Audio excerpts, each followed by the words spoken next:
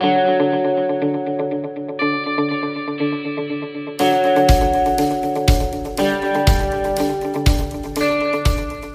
that today's topic is discipline and grievance handling in the hospital, and this is how we will go about it. So we will talk about the discipline and grievance, what exactly we mean when we say these two words. Principles of natural justice is something that must be understood whenever you are designing. In fact, it is something which is important in lots of spheres of our life, but it is important when we are designing discipline and grievance handling mechanisms in the hospital. Then, how to handle these two aspects. So, to begin with, a discipline, the bookish definition is something like this. So, it's a force that prompts individuals and groups to observe the rules and regulations and procedures that are deemed to be necessary for the effective functioning of the organization and the attainment of the objectives. So, here, all the rules, whatever we make, have to be aligned to what the organization is set out to do for itself. That comes from vision, mission, values, and many other aspects. So discipline is a force that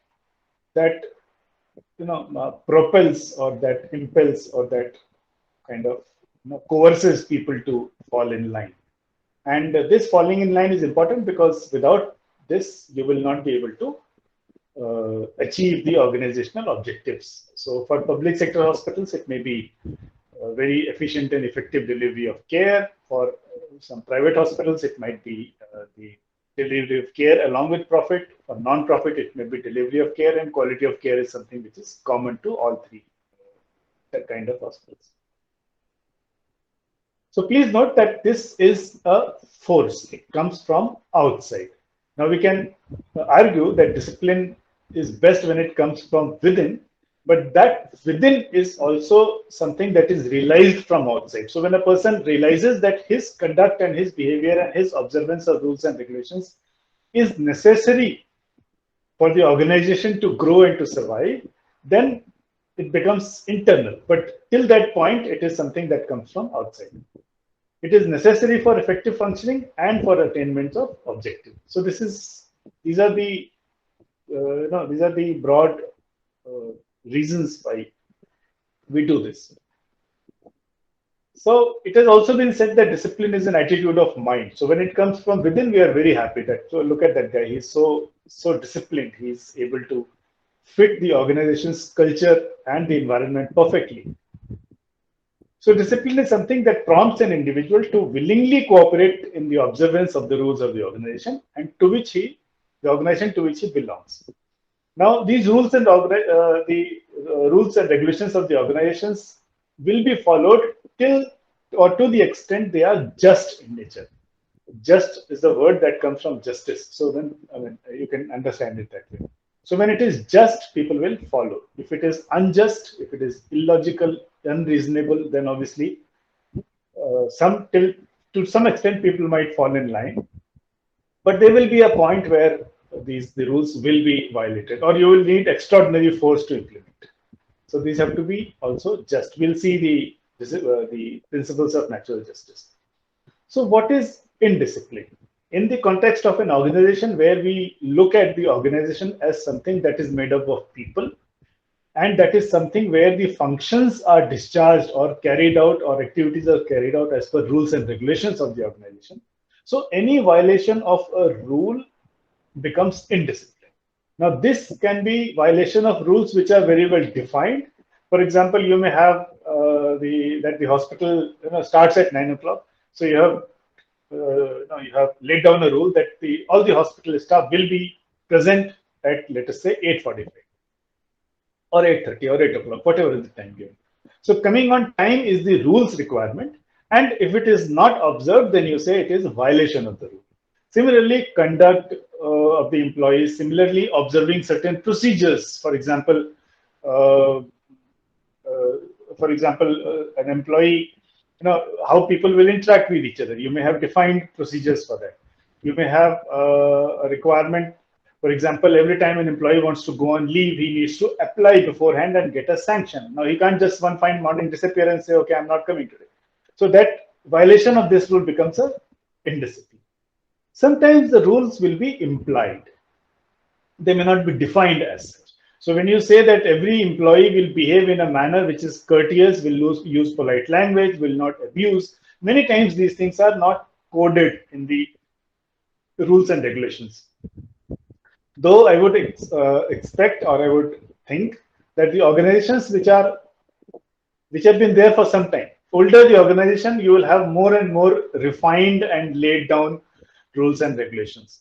The government or the public system is a classic example where, because the organizations are, they run for a considerable, they have been running for a considerable period of time. So over a period of time, the rules and regulations have become very refined, and in the process, they've also become very complex.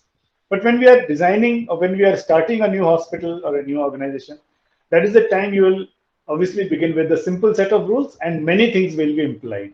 So discipline will also be a violation of a rule which is implied by design or by default, but is nonetheless is required to be observed. You can't have a employee not dressed properly, even though you may not have a rule pertaining to the dress. So discipline is at its best when it is developed from within and not imposed from outside. This I've said earlier. Yes, this is the ideal situation. It has to be reformative in nature and not punitive. So please remember that here we are not trying to take an employee to task. We are not trying to find fault with people. We are not trying to, dole out punishments. Here, the idea of any disciplinary proceeding is that we mold the behavior of employees or the staff so that they function towards the benefit of the organization and in turn for their own personal benefit. We'll see a couple of approaches to discipline and it will become clearer there. So there are two aspects: a sense of duty to observe the rules and regulations, and then you need a force that obviously will be external. Sense of duty will be internal, and the force to ensure that rules and regulations are obeyed. And if you put it the other way in a different manner, then you say that you need a force which will take action when the rules and regulations are not followed. So any issues, any questions so far? What I've talked about is very generic, very general, but then we need to understand this background before we get on to the other details. So these are the objectives of any discipline system or a discipline management process or a procedure that you may have in your hospital, or which you are trying to now design. So accomplish the objectives of the hospital. So if the organizational objective is that a patient care of a certain level and a certain quality and of a certain extent will be provided, you have to have rules and regulations where the employee's conduct contributes to this provision of service delivery to the patients. So the idea is that the organizational objectives are attained. Next is to develop a responsive workforce. This I think should be easy to understand, that we need people who will adapt to the organizational requirement and will behave and conduct themselves in a manner where it is beneficial to the organization. And obviously, when we say organization, we are talking about the clientele that the organization serves. The discipline, one of the objective is also to change behavior. Obviously, if the behavior is deviant, then you want to bring it back to what is desirable. Reduce supervision. So we lay down rules and regulations in such a manner that it does not have a very high requirement of supervision, because when you have so much of supervision, then obviously you need that kind of a staffing, you need that kind of complex procedures that will be there. So one of the reasons why we need people to have self-discipline is because it reduces the need for supervision. And of course, when people default or when they fault on the laid down procedures, processes, rules, then you have to have a system which punishes the guilty. Because if you don't do that, then rest assured that everyone will start faulting on the rules. So you need to take action when the rules are not being followed. This is of paramount importance, because if you ignore one person, you will end up ignoring everyone, and then in the process undermine the entire work culture within the hospital. And ensure consistency in action. So equal two equal offenses must get equal punishment. And every time an offense is committed, the action must be taken. Otherwise, there is no point having a rule where you are not catching the, or where you are not demanding the compliance to the rule. It's like having a red light on a crossing, but nobody follows the red light. So there's no point having that. So unless if you have a red light and you have a system that people will go on green and stop on red, then you might as well have a system where people who do cross red light are face some kind of a disciplined action or a punishment. And then obviously the discipline procedures which are based on the principles of natural justice, which are implemented consistently, which are implemented with the aim to reform, these eventually contributes to better morale and motivation of the staff. So these are the broad objectives of having the discipline proceedings. And of course, when you say reduced supervision, the other side of the story is that you have a better control. So these are there are a couple of approaches to discipline. To my understanding and my opinion, you cannot have a straight-jacketed, templated ki bhai aise hi hoga. This doesn't work. You have to have a mix of all approaches and see what suits a particular context. And we'll come back to this story of context, because if you go to other extreme in looking at the context, then you might end up being inconsistent. So therefore, we need to balance. So the first approach to discipline is what is known as hot stove rule. So you remember, when you touch a utensil or something which is hot, then a person gets burnt immediately. So what you do is you have a warning saying that this is hot, don't touch. If a person touches, he will get an immediate burn. So there is a consistency that every time a person touches a hot item, he gets burnt. And there is a impartiality. So whoever touches will get burnt. So this is what is called the hot stove rule, that whoever jumps the red light will get punishment. Whoever does this will this. So this is a consistency and impartiality. So it doesn't matter who jumped the red light, but so long the red light is jumped, the punishment is same.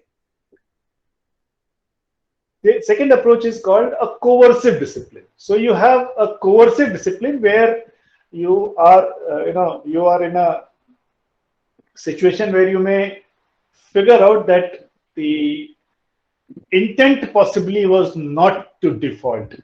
So you have a graded penalties. So first offense invites little punishment. The subsequent offense, as the number of offenses keep repeating or keep happening, you progressively give higher and higher punishment. So this is called coercive. So what you're trying to do is you're trying to mold the employee's behavior. And so, okay, say the first time he's done something, you say, okay, we take it lightly, but please be warned that next time it won't be taken like this. So he does it again, then you give a punishment of some sort, pay a fine, whatever is the punishment in the system defined. We'll talk about how to define that also. And then as the number of offenses keep repeating, you go progressively higher and higher. The third approach is called a positive discipline. So this is an approach which is very soft in nature, which works very, very differently. So you say this is like you're solving a problem in consultation with the employees. So when you make a rule, you kind of have a discussion with the employees, or when you modify the rules, you have discussion with everyone, invite suggestions, invite opinions. And based on that, you figure out that this is how the system will work. And since you have consulted people, so the expectation is that people will fall in line and eventually follow all the rules and regulations. The other side is that people who are not, whose behavior is not in line with what is required, then you give them a reminder. It is not a notice of an offense, but it is a reminder that you behaved in a certain manner like this. Please be warned that this is not in line with the rules of the hospital or the organization. Then, if a person is unable to align his behavior with the requirement, then you implement what is called a decision-making leave. Now, a decision-making leave is that you give him some time. That okay, see, you get 2 days or 1 day or whatever day to think about it, about your behavior, about the organizational requirement. And if you feel that you are not in a position to align yourself, then you may either quit or you or the services are terminated on a repeat offense. So this is called a soft approach. It kind of eases your work in the sense that you don't have to get into a very elaborate discipline proceedings. It is reformative in nature because you are giving all the opportunities to the person to improve his conduct and behavior. But sometimes there will be a problem in implementing such an approach because you can't possibly run a large organization using just this approach. So you actually need a mix and match. And the last one is also called the human relations approach, where you, again, this is also an example, or it is also a soft approach in that sense, that you enable the employees to improve. So you have an employee, let us say, who's a habitual latecomer to the hospital. So your hospital time is, let us say, 8:30 or 9 o'clock in the morning, and this guy or this person cannot come on time. So you find that he is, regularly late, 1 hour late, 2 hours late. So you discuss with the employee, that person, you find out why it is happening. So you may have, you may get into a very different domain. For example, there may be some issues at his home or her home. There may be issues with the transport that the person is using. There may be multiple, I mean, we can't really predict what would be there, but then you can try to find the reasons for a certain kind of behavior which is not in line with the requirement of the rules. So you find the root cause, try to address it. So assign that person to a different shift, or try to address the problem that the person may have. And so this is called a human relations approach. So out of these 4, you will have to really mix and use one which suits a particular context. But needless to say, in any organization, if you are handling discipline for the organization, then for a first offense, unless that offense is very, very grave, you will need to adopt a softer approach than for a person who's a habitual offender and who keeps coming up in your discipline issues because of violation of rules at different points in time. And the last one is called the judicial approach. So judicial approach is using the law. Here the extreme example is using the Industrial Disputes Act of 1947. You have labor laws, which in our country are generally considered archaic and not in tune with the times. So there is an attempt to now make them industry friendly. This approach simply looks at that there is a law that must be followed, and if the law is violated, obviously like any other law, it invites proceedings, or it invites penalty proceedings. So these are the 5 approaches. Now coming to what are the principles of natural justice. So principles of natural justice are 3. I think there is. Okay, so there is a mismatch here in what is in the slide and what I'm going to say. So just ignore what is there on the slide. I think I missed typing it. So there are 3 principles of natural justice. Number 1, the opposite party will always be heard. So whenever you have a discipline issue, please hear the person out. You can't take action against a person by giving him a charge sheet or an offense report and just take the action. You can't do that. So the first principle is that always hear the other party. You hear him out or hear her out, see what he or she has to say about it. So that is the first principle. The second principle is that you will not be judge in your own cause. So if so the disciplinary action will be taken by another person. It will not be that my manager is the one who's taking action against me. So he might be reporting my behavior, but discipline action or a discipline authority will be someone else, so that the impartiality is maintained. And the third principle of natural justice is there will always be a provision for appeal. You cannot have a discipline system without a provision for an appeal. Ideally, there should be 2 levels of appeals, but you must have at least one level of appeal.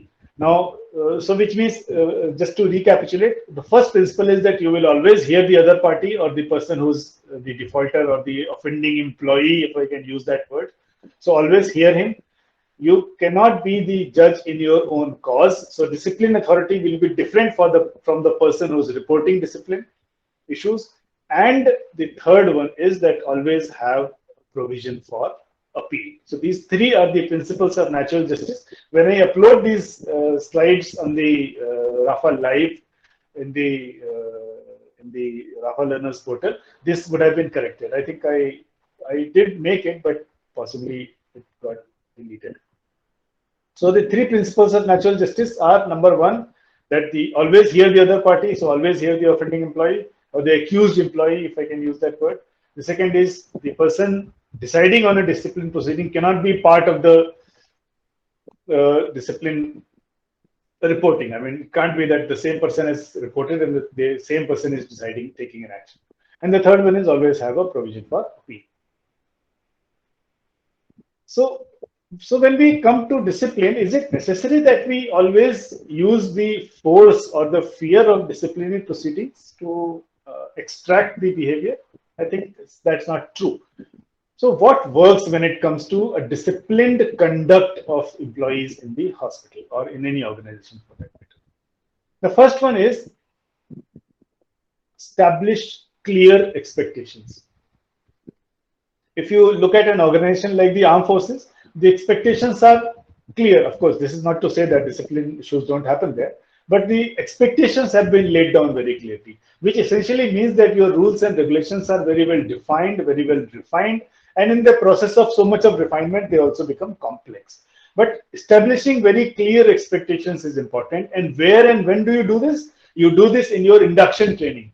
When the employees join you for the first time, please ensure that you have briefed them about the discipline. You have explained what are the expectations from them in terms of their personal conduct, in terms of their interaction with others, in terms of their professional duties, and of course, many other aspects you can include. So establish very clear expectations. The discipline has to be constructive, reformative in nature. The focus is on improving the work rather than blind obedience. So if a person comes up to you and says that this particular rule needed to be violated or it was violated because the work, it was hampering work in some manner, then you have to then look at the other view also, that yes, if it indeed hampered or made the work inefficient, then you might have to look at your procedures. You can't just blindly enforce discipline. Sometimes that may become counterproductive. Act only when imperative. So whenever you have to take a disciplinary action, ensure that you have a sufficient trigger. A discipline action ideally should not be initiated on a drop of a hat. Never do that. It will be a problem. So act only when it is imperative. Establish all facts. When I said hear the other side or hear the other party or hear the accused employee in the principles of natural justice, that is what it is. So you establish what was the rule, you establish what was the behavior, you establish what was the evidence of violation of rule, and then take necessary action. Distinguish from genuine mistakes. Please remember that in the hospital settings, the opportunities for errors to happen is huge. So if you set out to punish every nurse who reports a medication error, I think that approach will backfire badly. So distinguish from genuine mistakes and always look at the intent. If you find that intent was not there, then it is a mistake. But if it is an intent to default, then obviously it's a different story altogether. Then you really need to take some action on it. Principles of justice that need to be followed, we've talked about it. Allow opportunity to correct, which essentially means that the first offense is taken in a different light and subsequent offenses obviously invite higher and higher penalty. When imperative, act swiftly and consistently. This is important because if you don't do that, then there will be a problem. You can't act against one employee in a certain manner, and for a similar thing done by another employee, you treat him differently. So that will cause serious serious issues in the organization, because obviously your discipline actions are visible to everyone, so you can't really hide. And establish normal attitude immediately post action, which means that suppose an employee has been punished for reasons XYZ. Now you can't hold that punishment against that employee forever. Never do that. There was an offense, you investigated, you found that the person was at fault, you given him punishment, whatever was the punishment, minor penalty, major penalty, fine, whatever was the punishment. So you've given the punishment, and once done, the matter is over. You cannot hold that against that person after you have completed the action. Don't do that, because this will lead to severe, it will lead to loss of morale. It will also lead to this person not getting into the reformation channel, but this person will keep thinking that I have been penalized again and again for the same thing for which I have already suffered the punishment. So that shouldn't happen.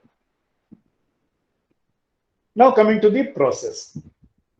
So you need a method by which the act of discipline, the act of indiscipline is identified, detected, or reported. So sometimes you may have your timekeeper, that is your biometric attendance, that will give you the information. Sometimes it is reported by somebody, sometimes it is detected by your customers or your patients or someone, or it is reported in any other manner. So this will be the detection of what was the act of indiscipline. Then obviously in a logical sequence, you need to investigate. So find out what was the rule, what was violated. Is there any need to do any early intervention? Sometimes you need to remove that person from that situation immediately. So this is what will be called an early intervention. In the public sector or in the government organizations, there is a provision of what is called suspension. So this essentially is a kind of an early intervention where you remove that person from there, so that two reasons. One, that the trouble stops. That means the harmful effect of whatever has happened stops, and then you are able to investigate. The second issue is that sometimes you need to collect evidence. Sometimes you need records for proving the indiscipline, and if this person is there, he might tamper with that. So it's a good idea to remove the person. Identify the problem, rule out system issues. When we talked about root cause analysis in the context of a human relations approach to discipline, system issues must be addressed. Now, you can't see if there's a problem of a lot of employees coming routinely late, then say you can't single out one person and say, okay, you are being punished, but everyone else is not. So if there are system issues, if there are issues relating to a large number of people doing it, then this needs to be addressed differently rather than trying to singling out a person and then giving him punishment. Always establish facts. This will also be required as part of principles of natural justice. Establish offense. Which rule was violated? What was exactly the offending act? And select appropriate penalties. So sometimes, like in the government organizations, you have major penalties and the minor penalties. Likewise, in a private organization, you can also implement a similar system. You can have penalties ranging from, let us say, a simple warning to endorsement in the confidential reports, in the annual appraisal, pay reduction, fines. There are multiple things, lots of things that can be done. So have defined penalties for various nature of offenses. Then act as per the process and the rules defined. So once you have your rules defined that this is the discipline process, this is how the discipline issues will be addressed, stick to that.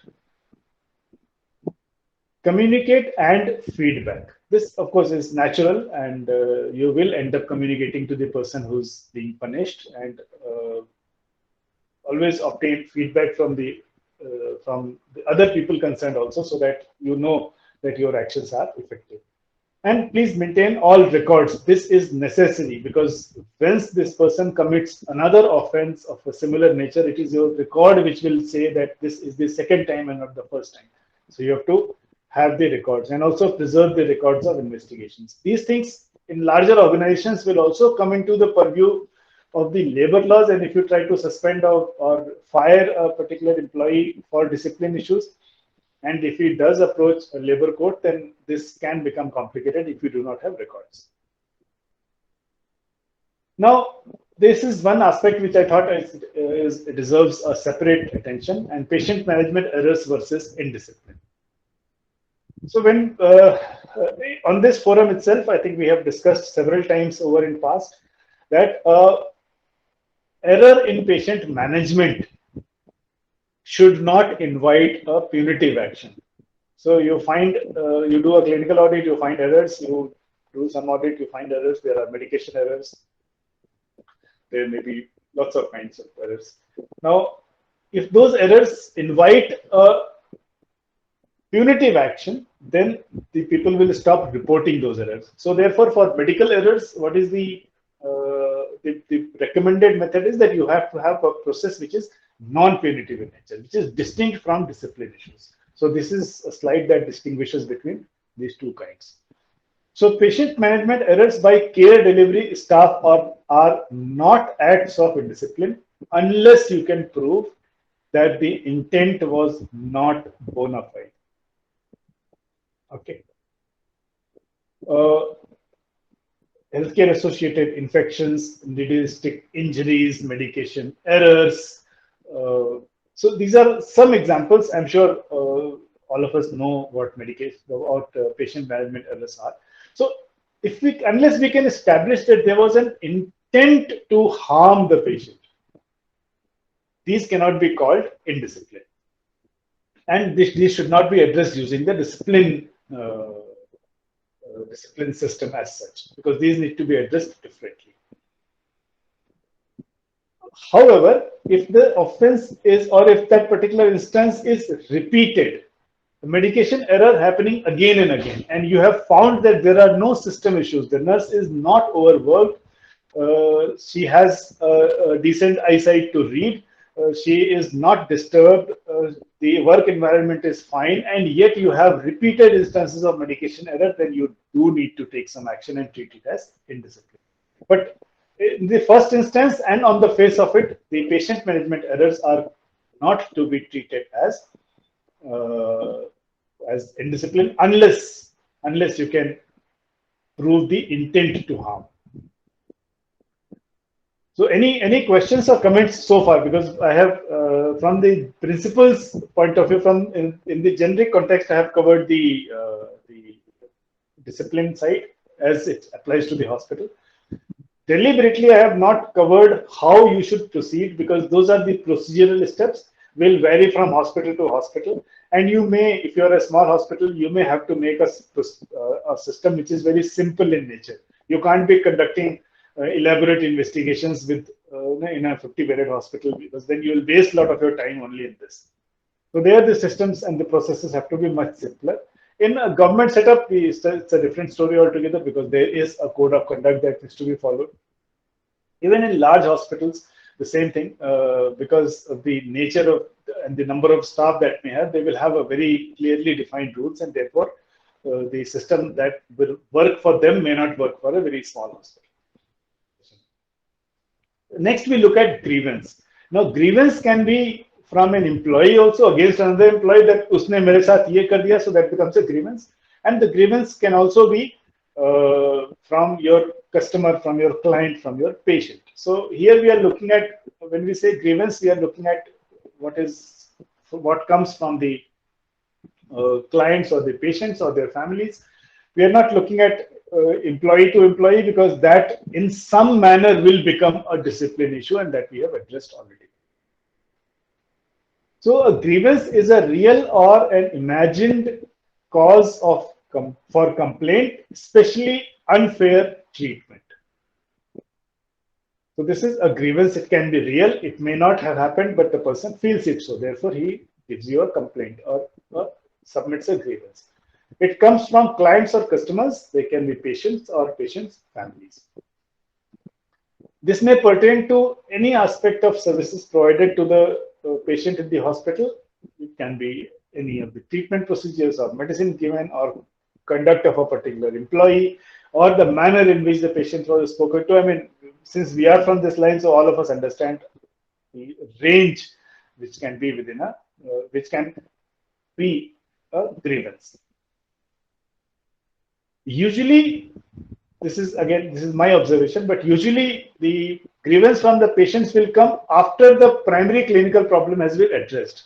So the grievance a lot of times comes around the time of discharge, around the time when the patient has been relieved of his pain and or the clinical problem that he may have, or if the patient perceives no benefit from care. So this is also there, that patient is there in the hospital and he thinks that whatever the hospital is doing is not helping him, and therefore he will have a grievance, sometimes related to the treatment, sometimes not related to the treatment.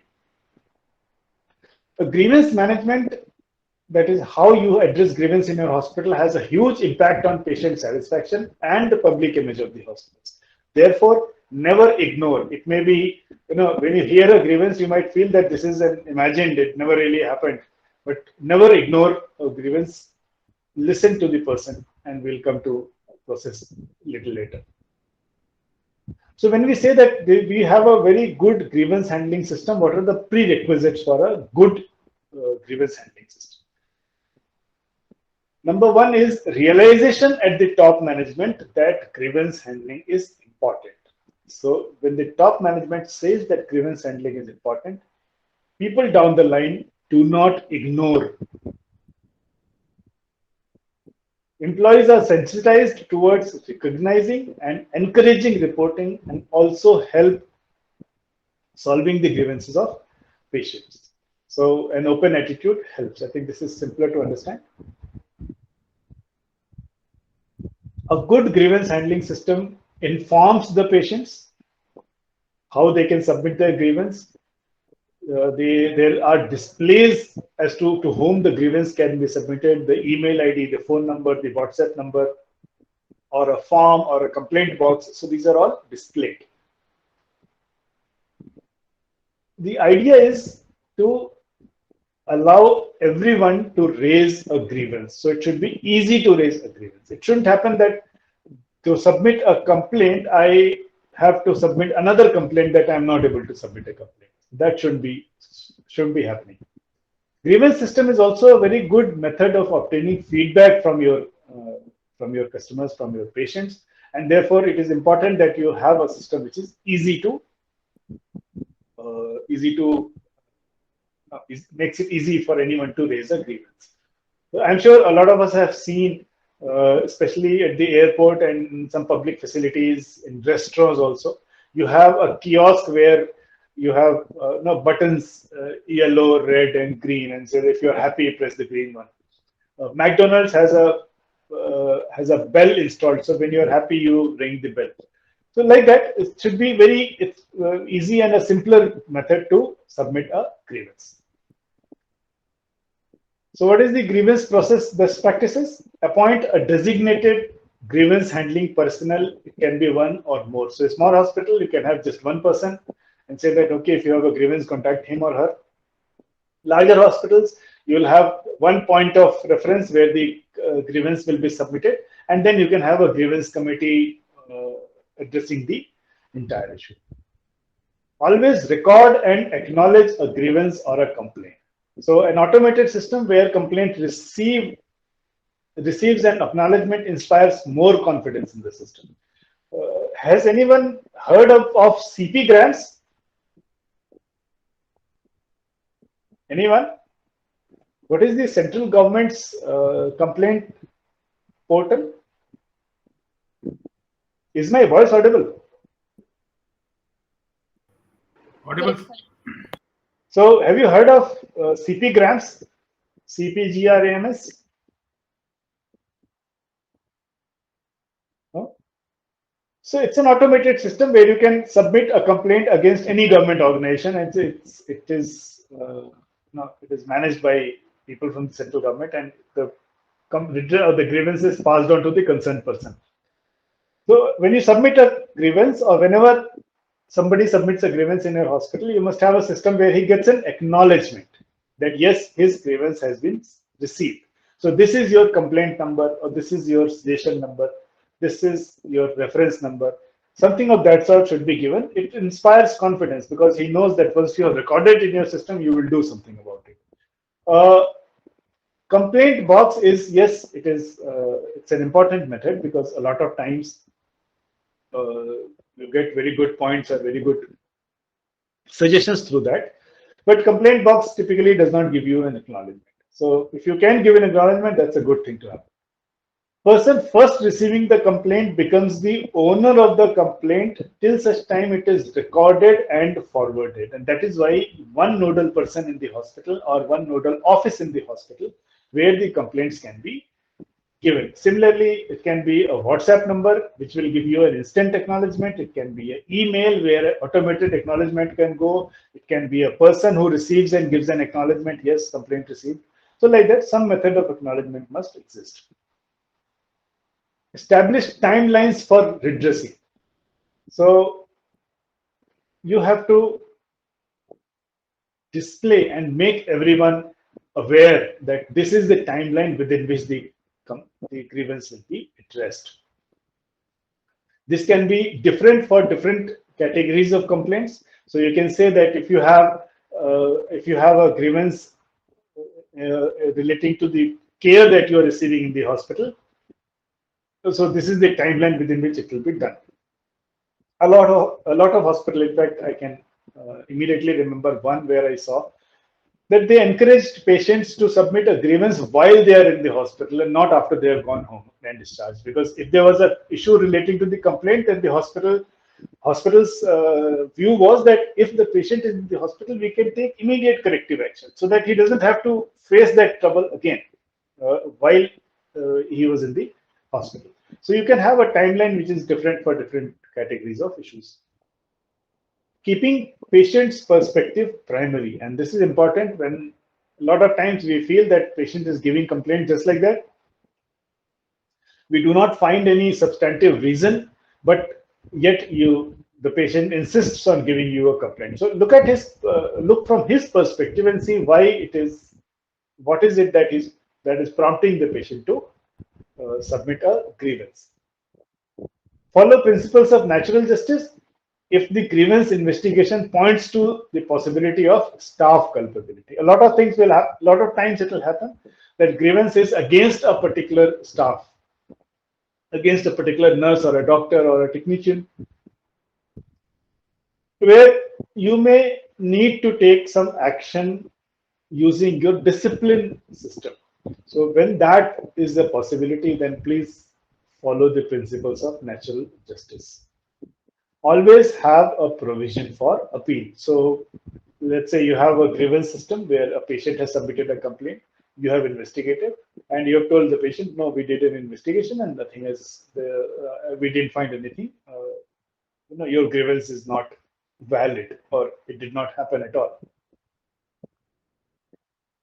The patient is still not happy. So there has to be a provision for appeal. This is also part of the principles of natural justice.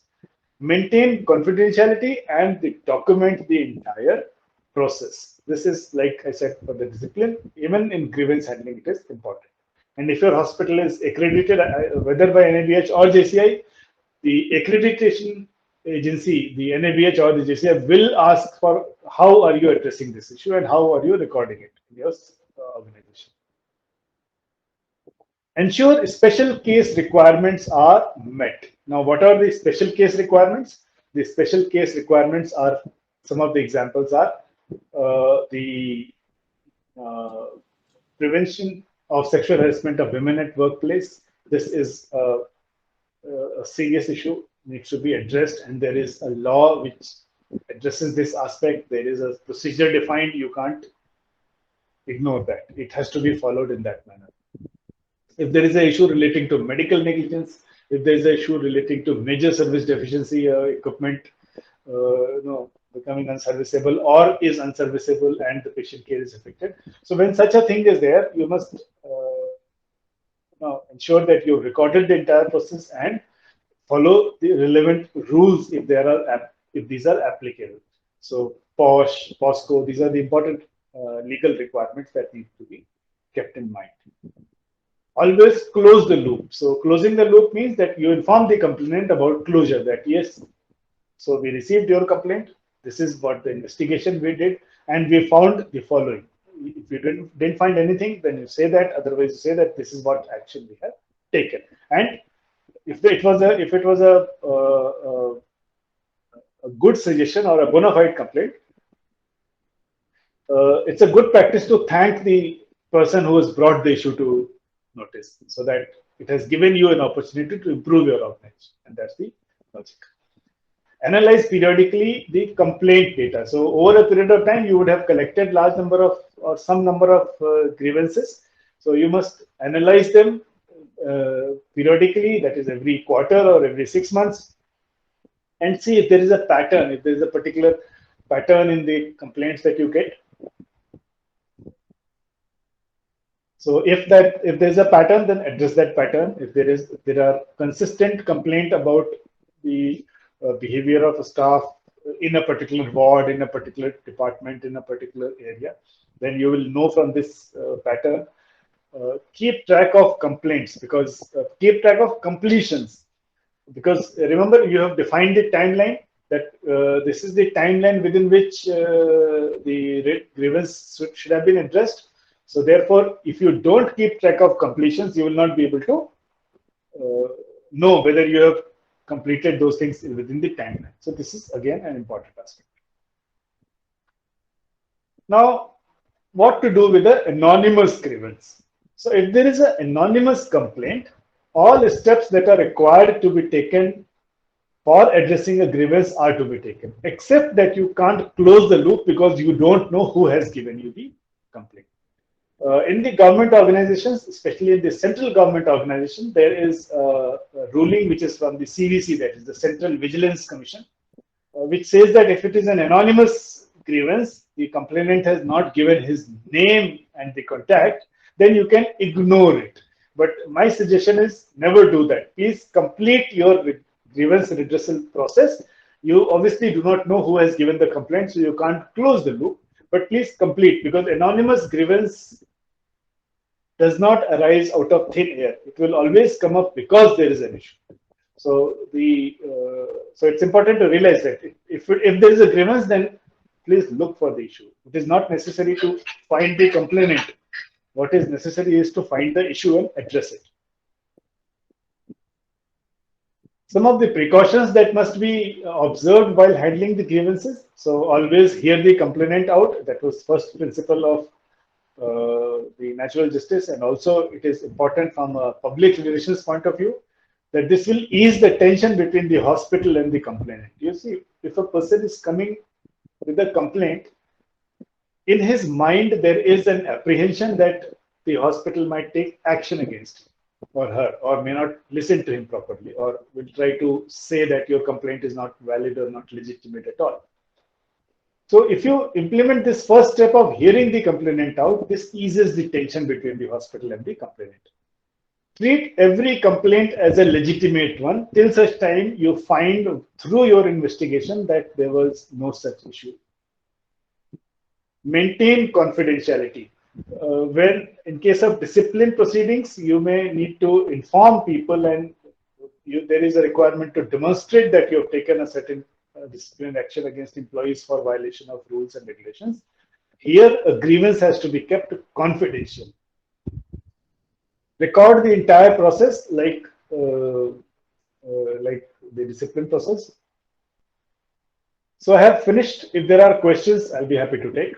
I have by design not got into the nitty-gritties of how to design a grievance committee, how to conduct an investigation process, because this, I mean, I know that in a fraternity like ours and in the forum like ours, we have people representing from a very wide variety of organizations. Smaller hospitals cannot have the same system as the large hospitals. So therefore, I deliberately ignored that. But the broad principles remain same, whether you are a 10-bed nursing home or you're a 1,000-bed corporate hospital or a public hospital. So thank you very much.